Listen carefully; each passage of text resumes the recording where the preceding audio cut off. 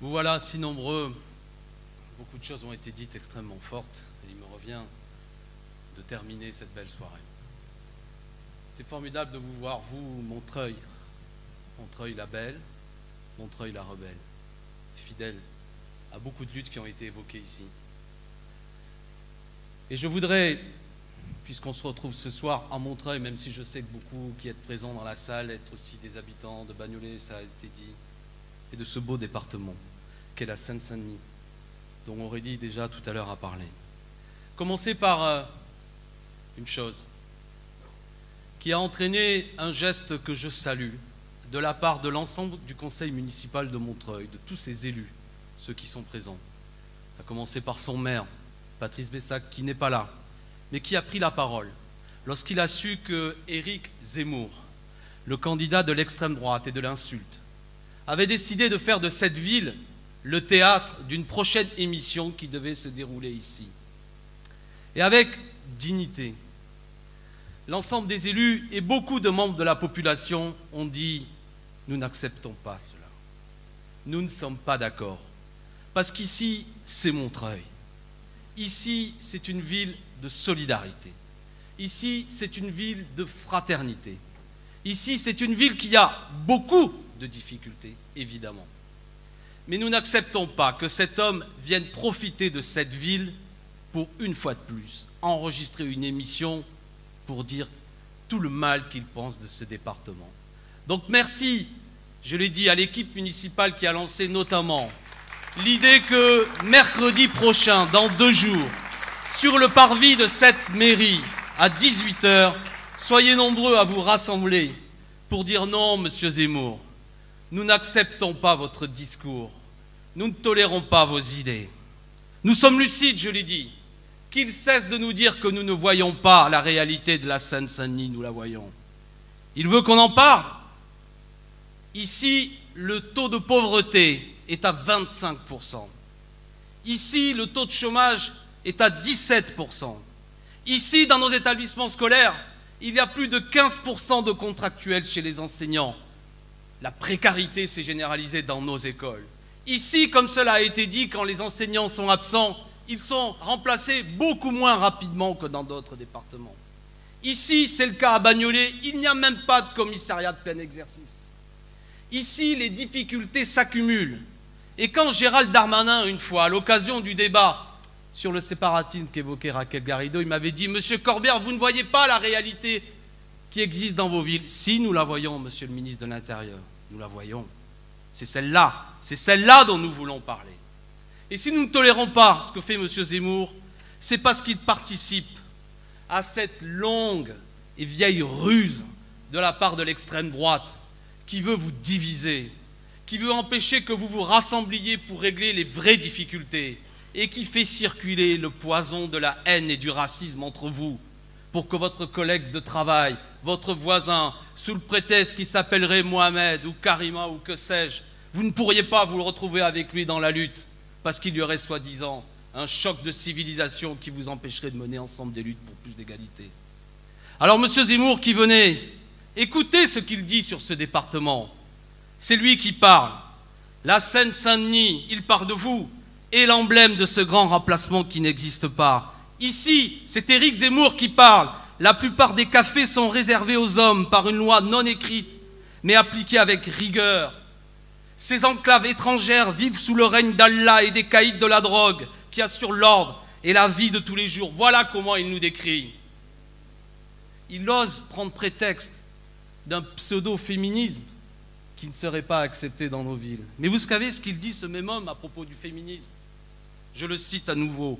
« Avant le féminisme, dit-il, qu'il reproche aujourd'hui d'être si fort, avant le féminisme, dit Éric Zemmour, un jeune chauffeur de bus pouvait glisser une main concupiscente sur un charmant fessier féminin sans que la jeune femme porte plainte pour harcèlement sexuel. » Voilà ce que dit M. Zemmour.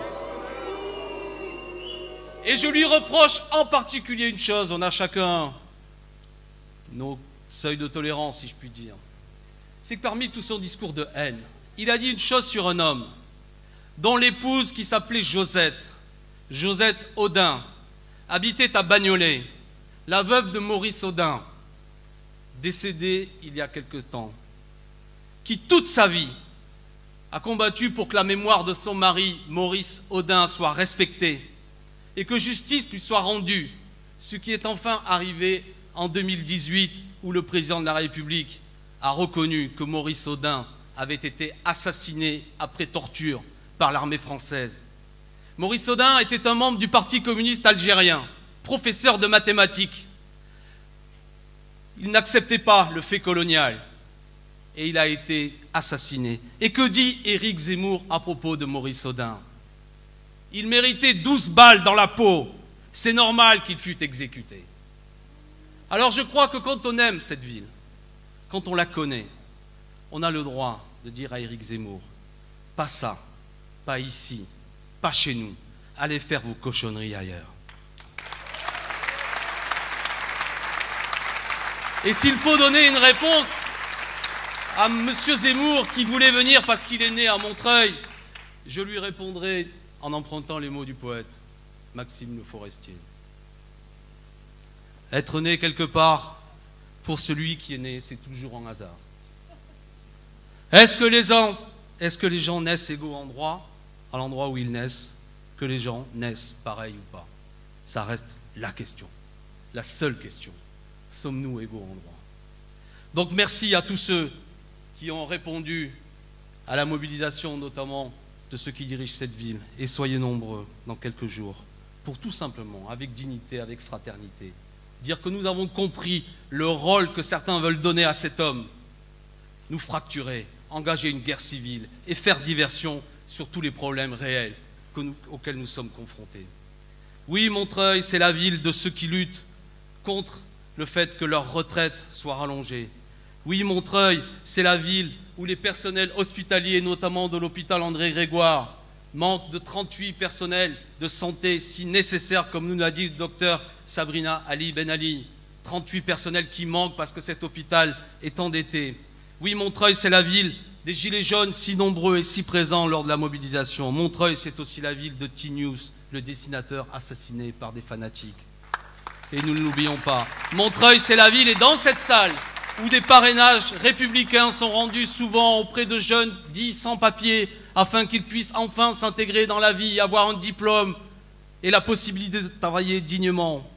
Montreuil, c'est la ville où vous l'avez vu tout à l'heure, et je remercie les témoignages des représentants de la FCPE, où tant de parents d'élèves et de professeurs luttent régulièrement, tout simplement, pour que le professeur absent depuis le mois de septembre soit enfin mis en place, ce professeur d'histoire ou de mathématiques, comme c'est le cas au moins dans 2 collèges de cette circonscription.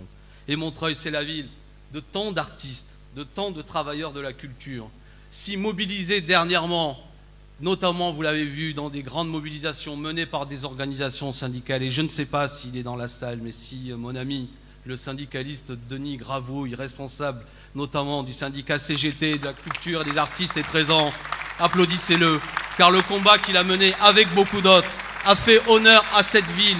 Il fait partie de ces Montreuillois d'honneur. Alors, beaucoup de choses ont été dites par les orateurs précédents. Je les remercie tous. Des choses extraordinaires, des programmes précis que vous trouvez notamment dans notre programme L'Avenir en commun, 649 propositions, beaucoup de sujets abordés. Mais je vais vous faire un aveu. Aucune de ces mesures, en vérité, ne pourrait être véritablement mise en application s'il n'y a pas d'implication populaire. Nous aurons face à nous, si nous sommes élus, quand nous serons élus au mois d'avril, beaucoup d'ennemis, beaucoup d'obstacles, beaucoup d'adversaires farouches qui disposent de moyens considérables. Les puissances d'argent, comme on les appelle, ils dirigent l'essentiel des médias. Ils ont des outils idéologiques puissants qui visent à vous faire baisser la tête, qui visent à faire douter tous ceux qui veulent engager le changement. Rien n'est possible sans un acteur majeur, le peuple.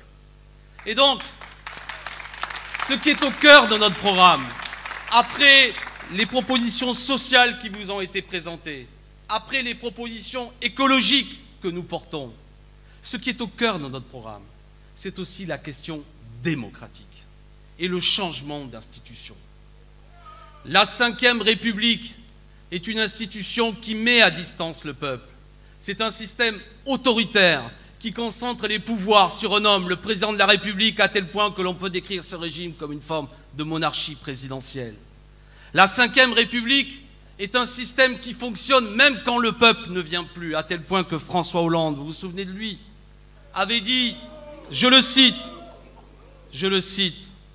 « Un président impopulaire peut agir avec une grande capacité, une grande liberté », avait-il dit en félicitant la Ve République. Comprenez ce que ça veut dire. Un président impopulaire peut continuer à agir. Ça veut dire que même quand le peuple majoritairement ne le soutient plus, la Ve République peut permettre d'imposer des choses. Eh bien, c'est cela aussi que nous avons mis au cœur de notre programme. Et c'est l'objet de mon intervention. Le passage à la Sixième République. Ça n'est pas une marotte, c'est le cœur de notre programme. De quoi s'agit-il? De bien comprendre que ce système autoritaire est né dans un moment particulier de l'histoire de notre pays. J'évoquais la guerre d'Algérie en évoquant la mémoire de Maurice Audin. Mais c'est quand le pays était au bord d'une guerre civile, avec la menace d'un coup d'État militaire, oui, d'un coup d'État militaire, en 1958, que le général de Gaulle a pu revenir en responsabilité pour imposer un régime très particulier qu'il a ensuite modifié en 1962 avec l'élection du président de la République au suffrage universel. Mesure qui était tellement décriée par les républicains de l'époque que même Gaston Monnerville, personnage que vous avez peut-être oublié mais qui était président du Sénat, avait dit que c'était une forfaiture. Et que l'ensemble des forces de gauche à l'époque avaient refusé cela, à tel point qu'un homme qui par la suite est devenu président de la République s'était fait connaître en écrivant un livre qui s'appelait « Le coup d'État permanent » pour décrire la Ve République. Donc il faut combattre la Ve République. Il faut mobiliser le peuple en lui montrant qu'il y a un lien entre questions démocratiques et questions sociales. Quel est le cœur de notre proposition? Que le peuple retrouve sa pleine souveraineté, sa capacité de contrôle, sa capacité d'intervention permanente. Si cela n'a pas lieu, eh bien je vais vous dire, quelle que soit la qualité des élus, eh bien, c'est possible qu'ils cèdent, qu'ils renoncent face aux difficultés. Ceux qui seront élus, si nous arrivons en responsabilité, auront besoin d'outils démocratiques plus puissants pour que le peuple, à tout moment, soit là, présent, en capacité d'intervention, en capacité de contrôle, mobilisé, pour permettre que face à tous ces outils que j'ai décrits tout à l'heure, il n'y ait pas une forme de capitulation telle que l'a connue l'histoire de la gauche quand elle est arrivée en responsabilité. Donc c'est au cœur de nos tâches. Mais cette nouvelle constitution qu'il faut mettre en place, ça n'est pas un groupe d'experts qui doit la rédiger dans votre dos ou en quelque sorte, après avoir fait je ne sais quelle consultation, venir vous délivrer un texte magique que vous devriez adopter par une question binaire. Êtes-vous d'accord ou pas d'accord? Il faut donc créer les conditions d'une grande délibération populaire dans le pays pour que l'on puisse discuter de quels sont les droits nouveaux qui doivent organiser ce pays. C'est là notre proposition d'une assemblée constituante, de la convocation d'une assemblée constituante. Regardez bien tous ceux qui vous parlent de Sixième République dans leur programme, de quelle manière ils veulent y arriver. Nous sommes les seuls à dire qu'il faut redonner la parole au peuple, y compris pour rédiger ces nouvelles institutions. Et en disant cela, nous faisons tout simplement dans la continuité de l'histoire de France, telle que chaque fois cela a été nécessaire, nous l'avons fait lors de la Révolution française, en 1848, au lendemain de la Seconde Guerre mondiale, le programme des jours heureux, celui de la sécurité sociale, il allait de pair avec l'Assemblée constituante qui a proposé un texte sur la 4e République, dont la première version d'ailleurs de ce texte a été rejetée par le peuple, et c'est la deuxième version qui a été adoptée. Donc si Jean-Luc Mélenchon, lorsqu'il sera en responsabilité, le 14 juillet, c'est comme ça que nous voyons les choses. Il posera une question toute simple au peuple français. M'autorisez-vous à engager un processus constituant? Le peuple alors dira oui ou non. S'il dit oui, eh bien, vers le mois de novembre, des élections seront organisées pour élire des députés constituants. Et nous pensons qu'en janvier 2023, alors se réunirait une assemblée constituante pour que, dans un délai qui permet d'élaborer 12 mois peut-être, une nouvelle constitution soit rédigée. Vous participerez à toute cette discussion. Vous élirez des députés constituants. Vous serez exigeants sur ce qui aura lieu. Nous débattrons ensemble de pourquoi nous voulons faire peuple, pourquoi nous voulons faire nation, pourquoi nous voulons vivre ensemble, autour de quels droits. Nous ferons en sorte que le citoyen ne soit pas seulement un majeur le temps d'une élection, puis après un mineur tout le reste de l'année. Qu'à tout moment, il y ait des possibilités de dire voilà vers quoi nous voulons que s'engage telle ou telle nouvelle débat. Cela, nous ne l'acceptons pas et nous voulons avoir le contrôle éventuellement de pouvoir le dire. Voilà pourquoi nous mettons au cœur de nos propositions, notamment l'idée d'un droit nouveau pour les citoyens, le droit de révoquer les élus. Oui, le droit de révoquer les élus. C'est-à-dire la possibilité, toujours démocratiquement, si une majorité de nos concitoyens le souhaitent, eh bien de dire tel élu, finalement, nous l'avons élu. Mais nous avons dit dans notre proposition, cela pourrait se passer à partir de la mi-mandat, si un nombre d'électeurs significatif déclenche ce processus-là. Eh bien, si une majorité d'électeurs le dit, éventuellement, on remplace l'élu en question. J'ai eu l'honneur d'être député, mais vous savez, ça a été une grande discussion pendant la Révolution française. Qui sommes-nous, les députés? Des mandataires, des commis du peuple? Quel doit être le lien permanent entre le peuple et celui qui le représente? Sommes-nous des représentants? Sommes-nous des mandataires? Cette discussion a traversé toute l'histoire des Républicains et toute l'histoire du mouvement ouvrier d'ailleurs. Je n'oublie pas d'ailleurs que les communards, la Commune de Paris, en menant un programme de social, de réforme, mettant en place le droit au travail, le droit à l'éducation, l'égalité entre les hommes et les femmes, aussi avaient ouvert la possibilité de révoquer les élus. Oui, la 6e République, avec le droit de révoquer les élus, avec la possibilité du RIC, des référendums d'initiative citoyenne, pour que là encore le peuple reste un acteur. Tout cela est nécessaire. Il faut en finir, je le dis, avec cette monarchie présidentielle qui fait de vous non pas des citoyens, mais des sujets en vérité.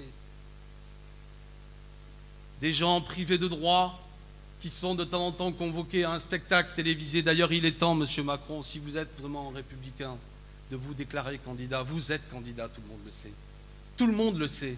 Alors à quoi bon vouloir réduire ce qui est l'élection majeure, l'élection présidentielle finalement, à uniquement une espèce de partie de promenade du président de la République, ne débattant avec personne, comme l'a dit tout à l'heure Adrien Quatennens, planant au-dessus des autres, se déclarant le plus tard possible?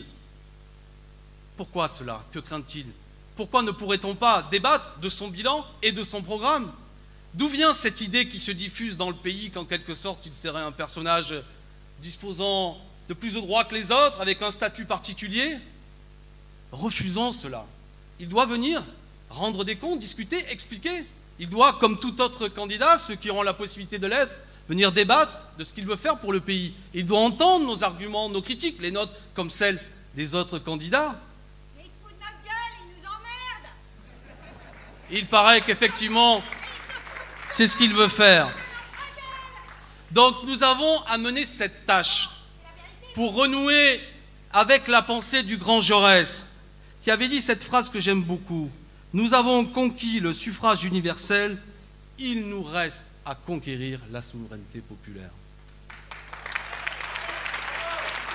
Oui, nous avons le suffrage universel, mais avons-nous la souveraineté populaire?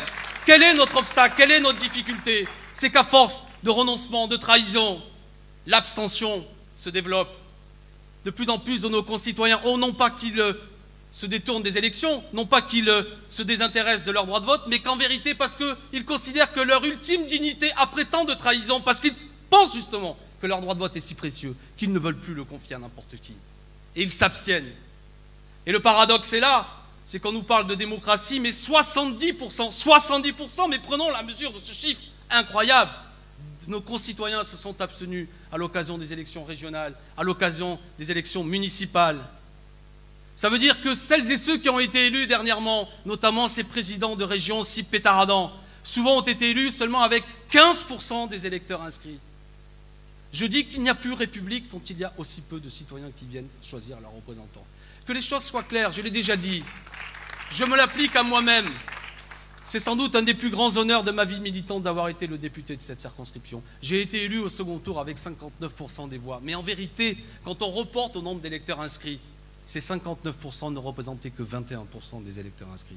Ça veut dire que le député que je suis à l'Assemblée nationale, 80% des électeurs de ma circonscription n'ont pas voté pour moi. Et je me l'applique à moi-même comme aux autres 576 députés qui composent l'Assemblée nationale. Ça veut dire qu'aujourd'hui, cette Assemblée nationale, qui est censée être la représentation nationale, le lieu où le peuple est représenté, ne représente en vérité que même pas un quart des électeurs. Toute la question est là. Et leur système autoritaire, si bien décrit par Daniel Obono, vient de là. c'est que leur socle électoral, leur base sociale est très faible en vérité. Alors il faut à tout moment frapper, faire baisser la tête, fabriquer des conversations qui fracturent les gens, fabriquer des diversions. Et c'est à tout cela que nous devons faire face. 70% d'abstention, sociologiquement très ciblée, ce sont les milieux populaires. Savez-vous qu'un cadre supérieur où les plus riches votent à 10 à 15 fois plus en pourcentage que les ouvriers et les employés? Progressivement, c'est mis en place ce qui avait été farouchement combattu par les républicains pendant la Révolution française ou sous la Deuxième République, le vote censitaire. Ce sont les plus riches qui votent plus que les pauvres. Tout est là, et ça déforme complètement le résultat des élections. Alors quelle est notre tâche? Quelle est notre tâche? C'est celle d'aller voir celles et ceux qui sont abstentionnistes, ouvriers, employés, chômeurs, précaires, les nôtres, quoi. Et leur dire qu'il y a une possibilité dans cette élection qui est ouverte, qu'un grand changement s'ouvre. Oh, pas seulement en leur disant que cette fois-ci, choisissez le bon monarque, que nous aurions un personnage supérieur aux autres qui serait plus omniscient, plus généreux, plus que sais-je que le précédent, et qu'en quelque sorte, nous aurions seulement les charmes de ce grand champion que nous aurions à proposer. C'est pas ça. Ce que nous leur disons, c'est pas que nous voulons que le peuple, une fois de plus, soit convoqué pour choisir son prochain souverain. Ce que nous voulons, c'est que le prochain souverain, ce soit le peuple, encore et toujours. Et en cela, il y a une singularité dans la candidature de Jean-Luc Mélenchon. C'est qu'il est celui qui dit « Je serai le dernier président de la Ve République ».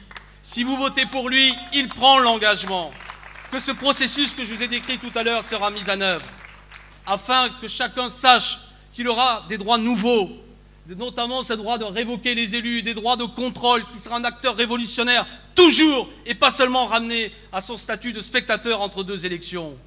Il y a là une stratégie politique de gouvernement que nous mettrons en place. Les amis, si nous arrivons en responsabilité, nous aurons besoin de cette mobilisation permanente, de cette pression populaire. Parce que je le répète, nos adversaires, eux, ne lâcheront rien. Dans tous les pays où nos amis sont arrivés en responsabilité, on l'a vu, ils ont tout fait pour nous faire échouer. Alors, il reste 62 jours. 62 jours avant le premier tour de l'élection présidentielle. 62 jours où tout est possible, cela a été dit. Nous avons peut-être un adversaire le plus terrible à combattre. C'est la résignation qu'ils font régner dans le débat. C'est cette forme de démobilisation permanente. Regardez-les, chaque fois qu'ils parlent de nous, c'est pour dire la gauche, pas intéressant, aucune dynamique, ils sont divisés, sans union, de toute manière, rien n'est possible. En gros, restez chez vous, cette fois-ci, ce n'est pas votre tour. En permanence, ce discours, je l'affirme, est une ruse pour amener soit les gens à dire que cette fois-ci, ce n'est pas votre tour, soit éventuellement effrayés, et vous avez raison d'être effrayés, par ce spectacle d'une extrême droite qui fait claquer des coups de fouet en permanence dans les médias, que beaucoup de gens se disent finalement le seul vote face à l'extrême droite, c'est Macron. C'est une ruse qu'ils veulent vous imposer, une démobilisation. Ils fabriquent un paysage à coups de sondage. Je n'ai pas le temps ici de développer de quelle manière il y a des instituts de sondage particulièrement sournois qui dernièrement en plus ne prennent en compte que ceux qui sont 100% sûrs d'aller voter, supprimant tous ceux qui ne sont pas encore certains de leur vote et amenant à des résultats assez déformés. Mais même, vous voulez qu'on parle sondage, je vais vous en donner un, puisqu'ils fabriquent un paysage à partir de ces sondages. J'ai la mémoire de la dernière campagne présidentielle. Le 7 février 2017, le 7 février 2017, il y a exactement 5 ans. Ou on est le 9 aujourd'hui? On est le 7. J'ai eu un moment de doute. Les sondages, l'IFOP, donnaient le candidat Jean-Luc Mélenchon à 10%. Donnaient le candidat du Parti socialiste à 15,5%. Et donner le candidat écologiste à 1,5%. Le candidat écologiste se ralliera au candidat socialiste. Après 2 mois de campagne, le candidat Jean-Luc Mélenchon a réalisé 19,5%, 7 millions de voix. Eh bien, je lance un appel à tous les amis qui sont dans la salle, quel que soit le parti politique dans lequel vous êtes engagés, et je les respecte tous. Tous, je le dis bien, sans exception. Et d'ailleurs, même s'il y a des socialistes dans la salle, je leur dis que je ne comprends pas pourquoi Mme Hidalgo répète que Jean-Luc Mélenchon ne voudrait pas gouverner. D'où vient cette idée? Pourquoi? Nous voulons gouverner. Nous voulons gouverner pour changer la vie, vraiment. Arrêtez ces ruses, ce n'est pas le sujet. Mais quel que soit le parti politique auquel vous êtes, je dis que si nous refaisons tout simplement, et on peut faire mieux, ce que nous avons fait ensemble en 2017, nous pouvons être au second tour de l'élection présidentielle. Alors pourquoi ce que nous avons fait il y a 5 ans, nous ne pourrions pas le reproduire? Au nom de quel argument? Au nom de quel désaccord finalement? C'est là tout l'enjeu.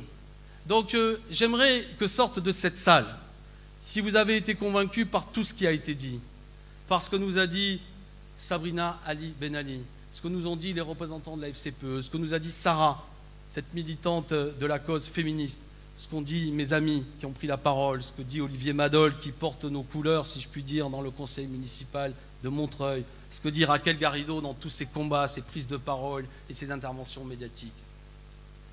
Si vous avez été convaincus par cela,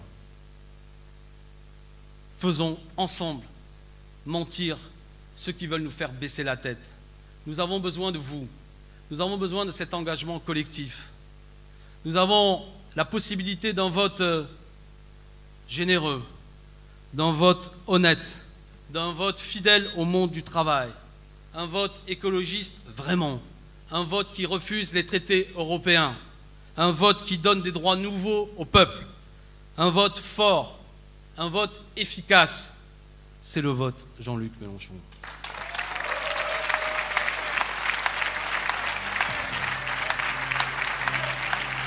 Amis, je ne sais pas si on va gagner, mais je dis que c'est possible et que cela dépend de nous tous. Faites passer le message. Assez de résignation. La victoire est à portée de main. Ensemble, c'est possible. Bon courage à tous. Laissez-nous vos coordonnées. Engagez-vous dans cette campagne. C'est la vôtre. Merci. Et rendez-vous au 10 avril. Pourquoi pas ici même dans cette salle pour fêter un grand événement. Un événement qui changera le visage de ce pays. Bonne soirée à tous et merci d'être venus si nombreux.